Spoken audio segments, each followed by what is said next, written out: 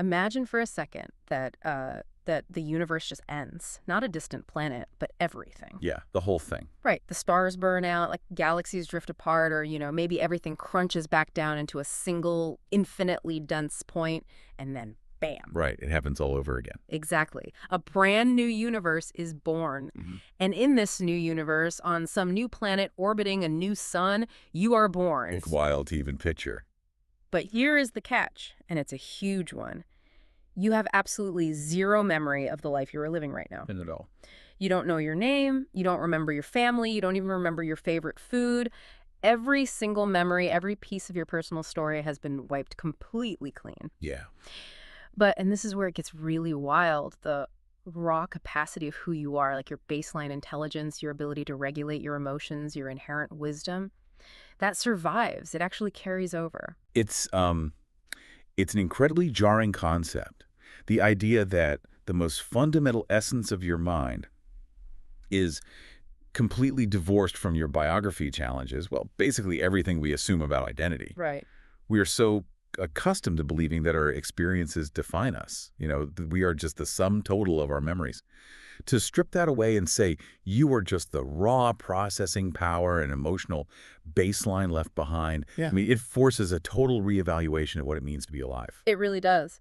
And we've got our hands on a dense, incredibly provocative text today that outlines a cyclical metaphysical model of existence, consciousness, and capacity transfer. With the title? Yeah, rolls right off the tongue. But we are embarking on a massive, mind-bending intellectual journey today. And you, listening right now, you are sitting right at the table with us as our third mind. Welcome to the table. Our mission today isn't just to give you like a polite little summary of this framework.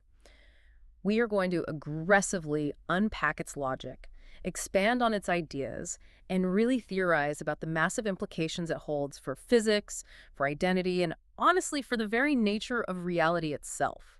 Yeah, because this goes far beyond an abstract thought experiment. If the underlying logic of this source material holds up, it literally rewrites the rulebook on survival. Oh, absolutely. It forces us to ask how the universe stores information, and most importantly, how the choices you are making today, not the memories you're forming, but the internal capacities you are building, how those echo into a universe that won't even exist for another trillion years. It's huge. We need to examine the literal ground of reality, the mechanics of cosmic repetition, and the true definition of the self. Okay, let's unpack this. Before we can even talk about universes dying and consciousness transferring, we have to define the literal ground we are standing on. We have to start at the bottom. Right. The source text starts with a foundational absolute rule, which is that nothingness is impossible. Yeah. It makes a very strict distinction between two words we usually just throw around interchangeably, which are universe and existence. And this distinction forms the absolute bedrock of the entire model. A universe, in this framework, is a physical thing. Okay. It is a single, finite space-time system. So think of the post-Big Bang cosmos that we currently inhabit. The one with all the stars and black holes in us. Exactly. It has a beginning. It'll presumably have an end. It has physical boundaries in the sense of an expanding edge of space-time and deterministic physical laws like gravity and thermodynamics that govern it entirely. A universe is merely a temporary physical construct. Okay, so that's a universe. And then there's existence. The text defines existence as the infinite totality of all that is, was, and can be across all cycles of these universes. Right, it's everything. And existence doesn't have a boundary. There is no outside of existence. Which leads to the model's boldest initial claim, right? The concept of nothingness is just logically incoherent. It doesn't make sense. The author argues that if you can refer to nothingness, if you can even conceptualize it, then it is inherently conceptually something. Right, because I'm thinking about it. Our brains attempt to imagine nothing by picturing this vast, empty black void. But an empty black void is still something? It's space. It's empty space. It's a dimensional construct. True philosophical nothingness cannot exist because existence is the default, inescapable state of reality. So imagine existence is like an infinite, eternal ocean. I like that. And a universe is just a temporary wave that rises up, crashes, and dissolves back into the water. Right. The wave has a beginning and an end, but the water itself was always there and will always be there. But wait, if there's no boundary, if there's no outside and no such thing as empty space outside the universe, doesn't this force us into a state of what philosophers call monism, Yes. where everything's is just one giant continuous If substance? we connect this to the bigger picture, Oh, here. you are hitting on the exact philosophical classification of this text. Oh, awesome. It is rooted deeply in substance monism. In Western philosophy, thinkers like Baruch Spinoza argued something very similar, actually, that there is only one infinite substance in reality, and everything else is just a modification or a temporary expression of that single substance. So it's all just the ocean. Right. And if reality is truly one continuous substrate, then the boundary between my mind and your mind, or even the boundary between mind and matter, is just a temporary feature of the current universe wave. But I mean, if existence is one continuous substrate, what does that mean for you and me? For the listener, because I look at my hand, I look at the table, and I feel completely separate from the objects around me, and certainly separate from other people. It suggests that separation might be an illusion. We feel separate because we are experiencing reality from within discrete physical bodies governed by the laws of this specific universe. Okay, I can see that. But fundamentally, at the base level of existence, there is no empty space between us. We are all just emergent properties of the exact same continuous medium. Okay, but if we are all just emergent properties of this single ocean of existence, something has to be controlling the tides, right? You would think so. Does the text give a name to whatever is organizing the substrate? Because this brings up perhaps the most controversial, or at least the most radically redefined word in this entire text, which is God. Yes, God. And I want to be incredibly clear to you listening right now. This is not the God of any traditional religion. No, not at all. The model systematically strips away almost every attribute humans typically assign to a deity. Like everything. In this framework, God is not conscious. God is not intentional. God is not an agent making decisions, answering prayers, or judging your actions. So no big guy with a beard in the sky. Right. This God is entirely devoid of morality and is not a causal force in any decision-making sense whatsoever. You know, from reading the source, my mind immediately went to a tech analogy. Oh. Yeah, in this model, God is essentially a cosmic iCloud. Huh. I like that. It's a non-conscious reservoir of existence, right? Like Yeah. a vast storage medium and a recycling mechanism for mental capacity. Exactly. When a universe ends, consciousness data gets backed up to this infinite server, and when a new universe boots up, that data gets downloaded into new hardware. But I mean, why even call it God then? Well, it's a loaded term. Why not just call it a physical law of conservation, like Yeah. conservation of mass or energy? The philosophical classification the author uses here is an impersonal absolute ontology combined with a form of non-personal panentheism. Whoa, whoa, stop right there. Too much. Impersonal absolute ontology. My eyes just glazed over, and I'm guessing the listeners did too. Break that down into plain English for me, please. Fair enough. Let's demystify that. Yeah. So ontology is just the study of being or what exists. Okay, being. Absolute means it doesn't depend on anything else to exist. It is the ultimate foundation. Impersonal means it doesn't have a personality, thoughts, or feelings. So an impersonal absolute ontology simply means that the foundational building block of all reality is a mindless, fundamental layer of existence. Got it. And panentheism means that the physical universe exists inside this layer. But this layer is bigger than just the physical universe. Okay, so it's the ultimate foundational layer. Without it, nothing can be built. But back to my question, why use the loaded word God? I theorize the author retained the word God because, much like traditional deities, this reservoir is the ultimate, uncaused ground of being that dictates the birth of new minds. I see. While you could call it a law of conservation, it goes vastly beyond classical physics. Physics dictates that energy cannot be created or destroyed. Right, thermodynamics. But this model proposes the memory-like conservation of mental capacity states across cosmic cycles. That diverges wildly from classical physics, which generally views the mind as just a temporary accidental byproduct of brain chemistry. Yeah, when the brain dies, the mind dies. That's the classical view. Exactly. And it also diverges from classical theology, which views the soul as a personal, memory-retaining entity. Calling it God signifies its immense, transcendent role as a field of mind potential, existing way beyond the physical space-time of any single universe. A field of pure potential. A cosmic hard drive holding the blueprints of consciousness, waiting to instantiate them into biological hardware. That's a great way to put it. So now that we understand the hardware, right, existence and this non-conscious God reservoir, we need to look at the software cycle. How do these universes actually run, die, and reboot? This is what the text calls the engine of reality, or cyclical cosmology. Right. The model outlines a specific structural rule for how universes operate. Universes are finite. They begin with a Big Bang-like event, they evolve, they eventually end or reset, and they're replaced by a new universe. A cycle. The core claim here is that the physical evolution of the universe is strictly deterministic. Deterministic meaning that physics plays out like a falling line of dominoes. Yes, purely cause and effect. If you know the exact starting position of every particle at the Big Bang, you can predict exactly how the galaxies will form, how the stars will ignite, and how the planets will coalesce. There are no surprises in the physics. None. The text claims that the physical structure of each universe repeats deterministically across cycles. The physical layout is identical. Wait, really? Yeah. The same galaxies form in the exact same places, the same solar systems develop, the same planets orbit at the exact same distance from their stars. Every single time. Here's where it gets really interesting. The text says the physical layout repeats, but the internal histories, the actual lived events on those planets, differ across cycles. Right. And why is that? Because while the physics are identical, the consciousness inputs vary. You've hit on what the text calls tension 1. It's a dual-layer system. Okay. You have the deterministic physical layer acting like a stage that resets perfectly every single time.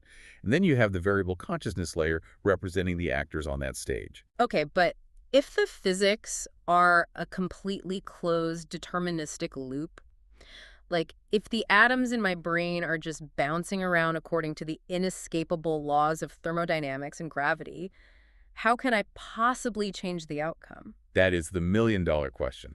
If the physical starting conditions are perfectly identical, how do we get a different history? This feels like a massive contradiction to me. It is the most profound paradox in the entire model.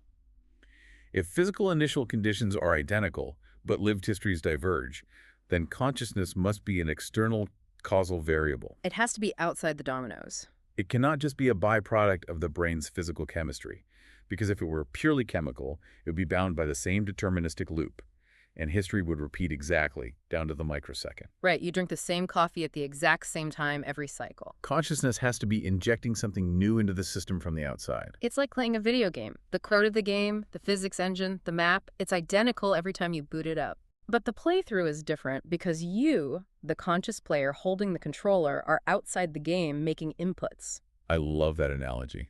But, I mean, how does the player manipulate the code of the physical universe without breaking the laws of physics? Because you can't just break gravity. No, you can't. We have to theorize here, and quantum mechanics offers the most plausible bridge. Okay, quantum scale. At the quantum level, the universe is not strictly deterministic, it's probabilistic. Yeah. Particles exist in superpositions of multiple states until they are observed or interacted with. Right, like Schrodinger's cat. Or think of the famous double slit experiment, where the mere act of measuring a particle changes its behavior from a wave to a finite point. So consciousness acts as a sort of thumb on the scale of quantum probabilities. In this framework, yes.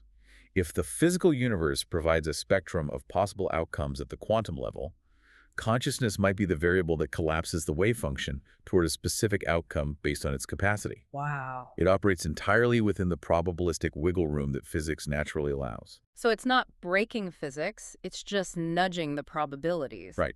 And over a lifetime, billions of these tiny quantum nudges, caused by a consciousness interacting with its physical brain, they scale up. A tiny nudge changes a lot over time. They alter the firing of a single neuron, which alters a thought, which alters a decision, which alters the course of a life.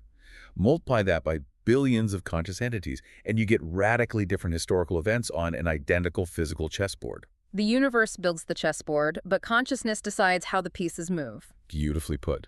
But if consciousness is the variable that changes the universe, what exactly is consciousness in this model? Because it's clearly not identity. It's not me that remembers my childhood or my favorite movies. No, the model makes a very sharp, almost brutal distinction here.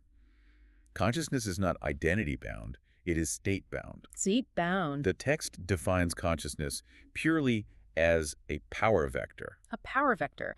Honestly, it sounds like something out of an engineering class, but it's measuring the mind. The source lists 7 specific components that make up this vector. We've got intelligence, reasoning ability, wisdom, self-control, emotional regulation, happiness, and sensitivity. It's crucial. to analyze why these specific 7 traits are highlighted and what is absent. Yeah, I noticed a lot was missing. Notice there is no mention of memory, personality quirks, aesthetic preferences, or a sense of humor. Right, being funny doesn't transfer. Those are biological and environmental artifacts. The 7 traits listed are fundamental processing capacities. They are the engine, not the paint job. I keep coming back to video games, sorry. Yeah, it works. It's like finishing a massive RPG, like a role-playing game, and starting a mode called New Game Plus. Oh, yeah. When you start New Game Plus, you lose all your quest items, you lose the map you uncovered, you lose the narrative progress, the story starts completely over, Right. but you get to keep your base stats. Your strength is still level 80. Your magic is still level 90. In this model, when the universe ends, your narrative progress is wiped, but your base stats carry over. Let's stretch that analogy further and look at the difference between intelligence and wisdom in this vector. Okay, let's do it. Intelligence is raw processing power. It's the ability to recognize patterns, solve complex logic puzzles, and compute data quickly. Like having a really fast computer processor. Yes. But wisdom is the application of that data over time. You can have a highly intelligent consciousness that is completely devoid of wisdom, which honestly often leads to catastrophic outcomes. Oh, totally. Like a brilliant engineer who figures out how to build a massively destructive weapon just to see if the math works, completely lacking the wisdom to realize the absolute devastation it will cause. Exactly that. Now look at sensitivity paired with emotional regulation. Okay. Sensitivity is the capacity to intake sensory and emotional data from the environment, to feel deeply, to be acutely aware of nuances in others. Being empathetic. But high sensitivity without emotional regulation results in endless trauma and overwhelm. You are taking in massive amounts of data without the firewall to process it safely. You just burn out. These traits must balance each other out. Together, they produce a composite scalar value, a total power level for that specific consciousness state. I want you, the listener, to really stop and think about your own current vector right now. It's a heavy thing to reflect on. It really is. If your memories were stripped away entirely, how strong is your actual baseline of self-control? How high is your baseline of happiness? And not as a fleeting reaction to a good day, but as a fundamental capacity to generate contentment internally. Yeah. Because according to this text, that vector is the only thing that survives. To really understand how this vector operates, we need to move from abstract physics to a human scale. Yes, please. The text provides a specific thought experiment, which is the life cycle of an entity named Ashley. The text walks through 5 stages of Ashley's life cycle, and this is where we need to dive deep. Stage 1 is instantiation. Okay. A new universe forms, and a specific consciousness state is drawn from the God reservoir and instantiated into a newborn physical brain. This produces what the text calls an Ashley instance. And the phrasing Ashley instance is deliberate. It treats a human life like running a program on a computer. Just one instance of the software. The hardware is the biological brain, formed deterministically by the universe. The software is the capacity vector pulled from the reservoir. Okay, so then we hit stage 2, which is life development. During this stage, the physical experience unfolds, and the consciousness modifies its internal capacity state. Right, it changes. The text explicitly says consciousness can increase or decrease in power during this stage. Let's invent a scenario for Ashley to really understand this. Sure, lay it on me. Let's say Ashley is an architect in her mid-30s. She has spent 3 years working on a massive, career-defining project, and her business partner steals the credit and completely pushes her out of the firm. Ouch. Ashley is devastated.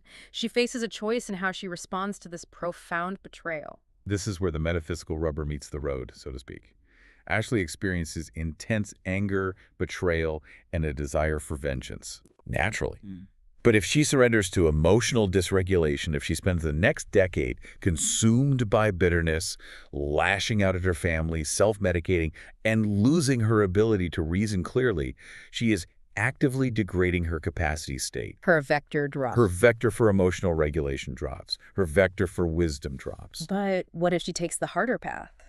What if she processes the grief, goes to therapy, learns to detach her self-worth from the stolen project, and eventually starts a new, healthier firm? A much better outcome. But metaphysically, every time she chooses emotional regulation instead of lashing out or exercises reasoning instead of giving into a downward spiral, is she literally upgrading her eternal save file for the next universe? The direct implication of the text is yes. Wow. In traditional views, your moral or intellectual choices matter for your soul's destination, like heaven or hell, or for your karma in a next life where you are still essentially you. In this model, your choices are the active programming of a state vector.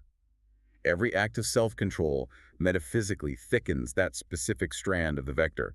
You are the custodian of a capacity state. Custodian, I like that. The neuroscience of neuroplasticity, how the brain wires itself based on repeated behaviors. Yeah, neurons that fire together, wire together. Exactly. That is essentially the physical manifestation of this metaphysical upgrading or downgrading. It makes the stakes of everyday life feel incredibly high. It's not just about being a good person so people like you. It's about refining the raw mechanics of a mind. It's intense. Which brings us to stage 3, death. At biological termination, the memory and narrative identity of Ashley cease to exist. The story of the stolen architecture firm, the therapy, the new business, all of it is completely gone. We then transition to stage 4 and stage 5, which are fascinating from a mechanic standpoint. Walk me through it. The Ashley instance ends. The memories are gone. What remains is a compressed capacity state, which returns to the reservoir. We need to unpack the how of this. What does a compressed capacity state actually mean? How does a lifetime of complex human trauma and growth compress into pure data? Think about how we train artificial intelligence. Okay, AI. You feed an AI millions of images of cats so it learns to recognize a cat. Right? Once the neural network is trained, you can delete all those millions of original images to save space. Oh, because it already knows the pattern. Exactly. Yeah. The AI doesn't need to remember the specific photos. The algorithmic weight, the ability to recognize the cat, has been permanently integrated into its structure. That makes perfect sense. I theorize that human compression works similarly in this model. The specific context of how Ashley learned wisdom, the stolen project, the Fifika ex-partner, that is uncompressed, irrelevant data. So it just gets deleted. It is deleted. Mm-hmm. What remains the compressed state is purely the new higher metric of emotional regulation. That algorithmic weight is uploaded back to the reservoir.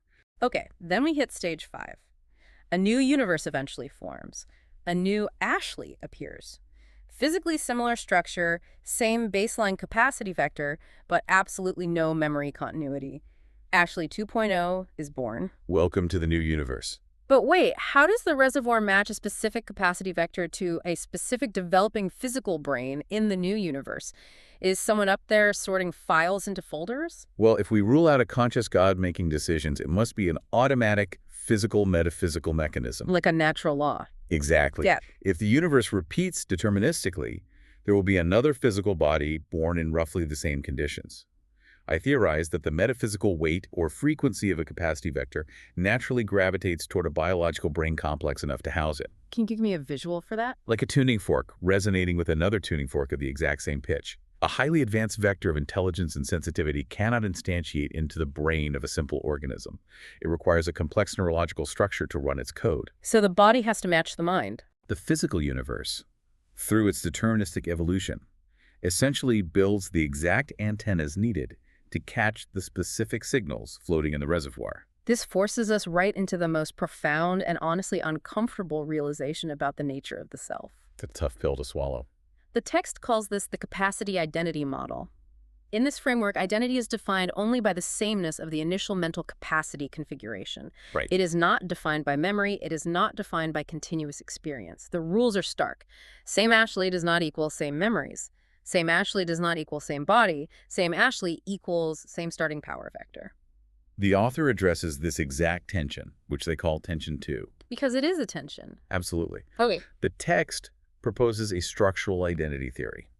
It argues that our human obsession with narrative identity, our memories, our name, our traumas, our triumphs, is actually just a biological illusion created by the physical brain to help us navigate space-time. A biological illusion. Meet brain bookkeeping. That's a blunt way to put it, but yes. Yeah. But I'll be honest, as a human being who deeply cherishes my memories and the people I love, this is deeply unsatisfying. I completely understand that. It sounds like my soul is just a zip file of algorithms.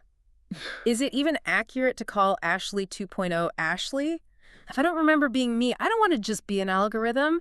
How does the author expect humans to accept a model where our love, our grief, and our names are just temporary bookkeeping? It is a devastating blow to the ego, undeniably. The ego commands permanence. Yes, it does. But the text offers a powerful metaphor to reframe this. Okay, let's hear it. Think of a melody. You can play a specific melody on a grand piano in a concert hall. The next day, you can play that exact same melody on a cheap acoustic guitar or synthesize it on a computer. Right. The instrument, the brain, the universe, the memories, the context is entirely different every time.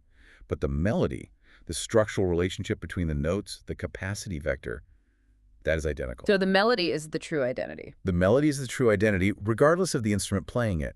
It's an elegant metaphor, I'll give you that. You are not the instrument, you are the song. But I still struggle with it.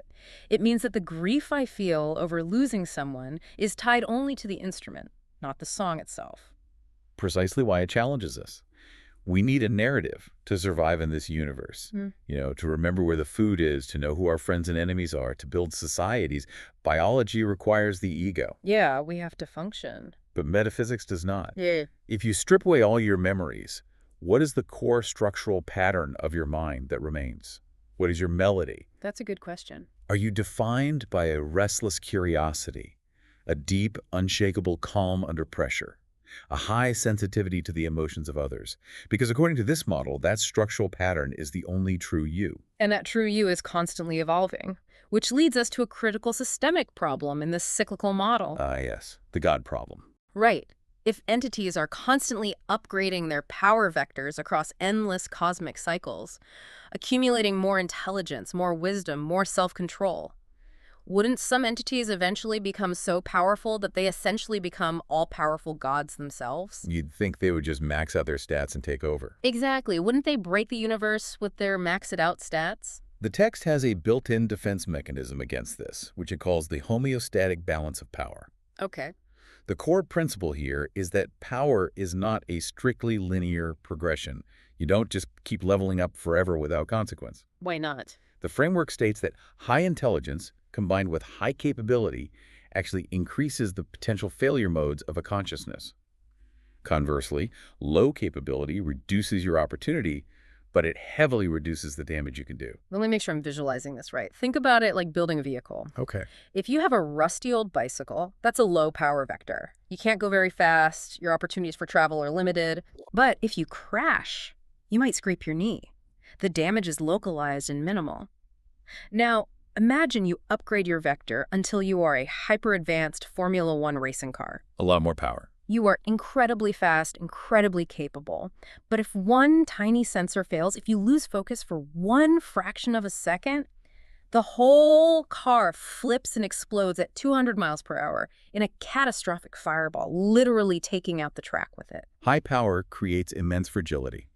Let's apply this to a human scale, perhaps a modern equivalent. Okay, well, Look at some of the most powerful tech billionaires today. oh boy. These are individuals who have seemingly maxed out their vectors for intelligence and reasoning ability. They have the capability to alter global communications, influence economies, and launch rockets. They are driving the Formula One cars. Yes, but if they have low vectors for emotional regulation or wisdom, The failure mode is apocalyptic. exactly. Imagine a consciousness that has leveled up its intelligence across billions of cycles to become a genius of unimaginable proportions. But in one cycle, they encounter a trauma that drastically lowers their emotional regulation. A genius with no emotional control. They have the intelligence to manipulate the deterministic physics of their universe. Maybe they invent artificial superintelligence without guardrails, or initiate a system-wide ecological collapse. But they lack the wisdom to prevent it.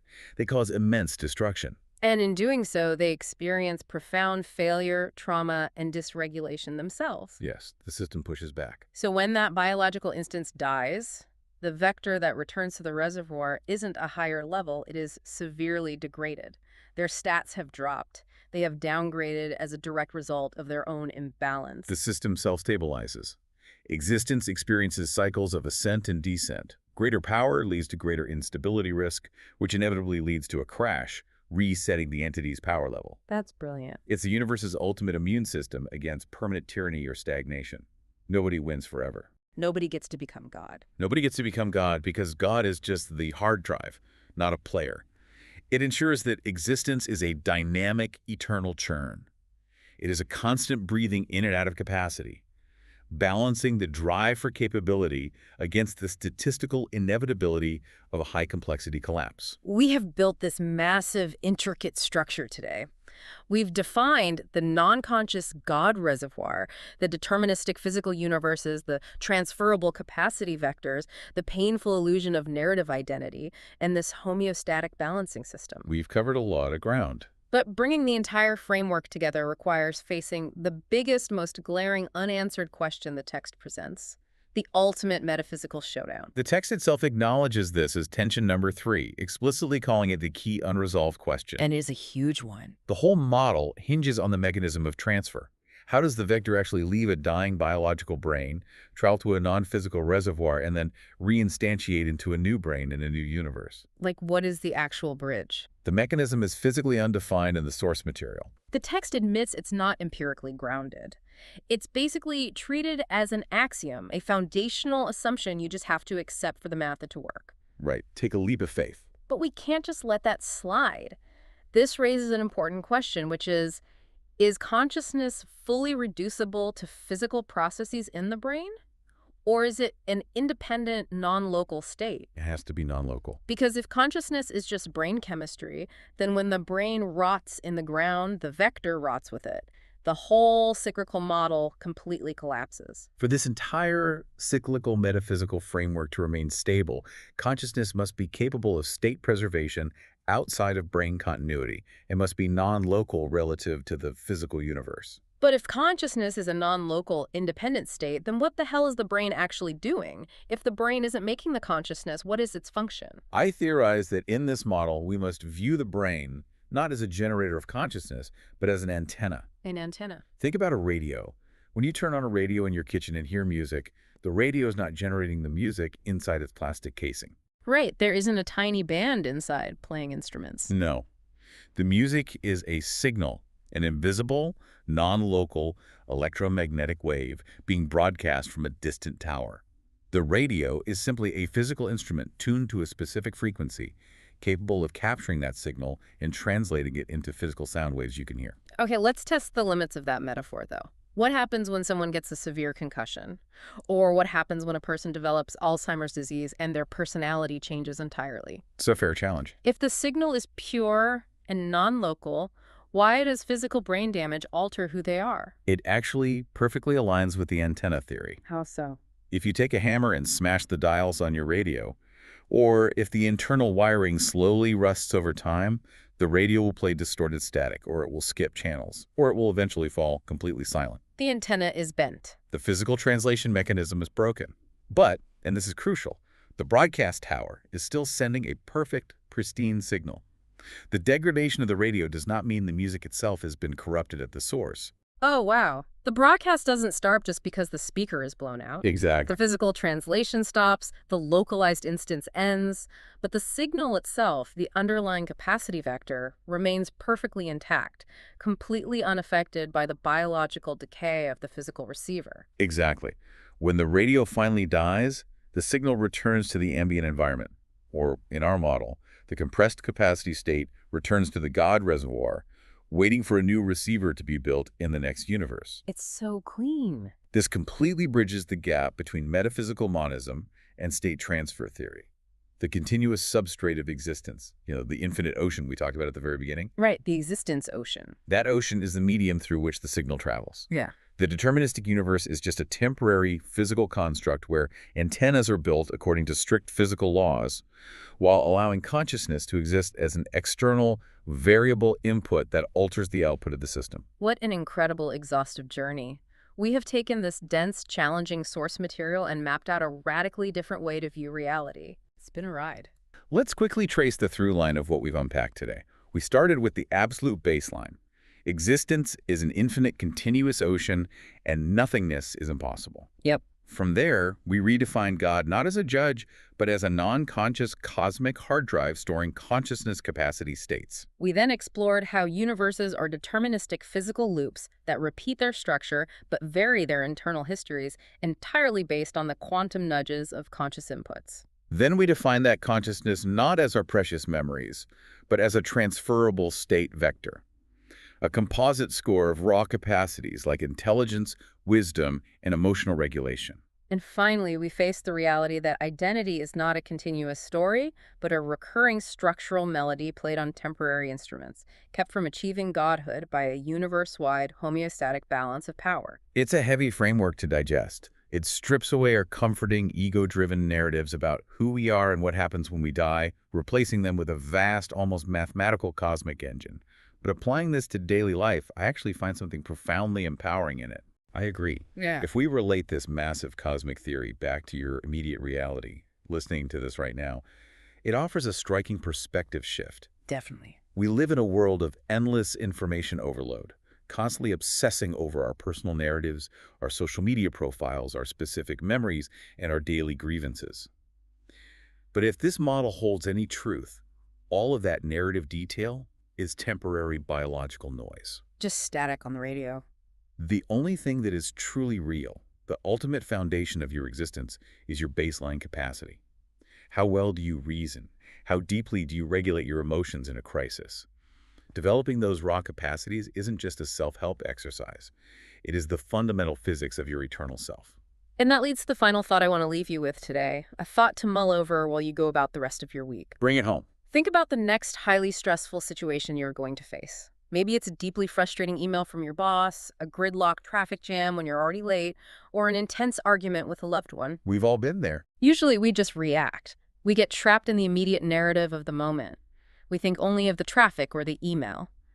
But if this cyclical model is true, and your current emotional and intellectual capacities are the exact starting baseline for a future version of you in a universe trillions of years from now, how does that alter the way you react to that traffic jam today? That's a huge question. Are you just living your life, blindly reacting to the physical world around you? Or are you currently actively programming the starting stats of a mind that will outlive the stars? It's certainly a paradigm-shifting way to look at getting cut off in traffic. It really is. It takes the ultimate murky waters of metaphysics and attempts to build an X-ray machine for the human soul. It might not show us our comforting memories, but it reveals the structural bones of who we really are, surviving the death and rebirth of the cosmos over and over again. Thank you for joining us as the third mind at the table today. Keep questioning, keep unpacking, and we'll see you on the next deep dive.